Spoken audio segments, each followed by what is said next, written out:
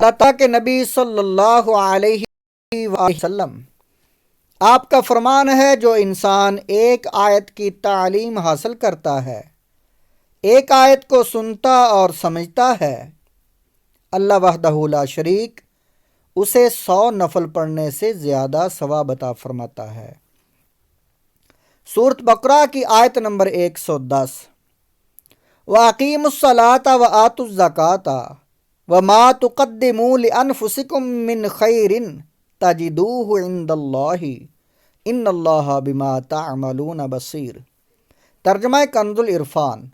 اور نماز قائم رکھو اور زکوٰۃ دو، اور اپنی جانوں کے لیے جو بھلائی تم آگے بھیجو گے اسے اللہ کے یہاں پاؤ گے، بے شک اللہ تمہارے سب کام دیکھ رہا ہے۔ تفسیر صراط الجنان۔ وَأَقِیمُوا الصَّلَاةَ اور نماز قائم کرو، یہاں مسلمانوں کو اپنی اصلاح نفس کا حکم دیا جا رہا ہے۔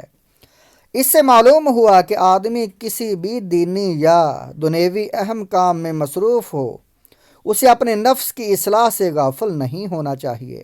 عین حالت جہاد میں بھی نماز خوف کا حکم موجود ہے۔ طلاق کے مسائل بیان کرتے ہوئے بھی اللہ تعالیٰ نے نماز اور تقویٰ کے احکام بیان فرمائے ہیں۔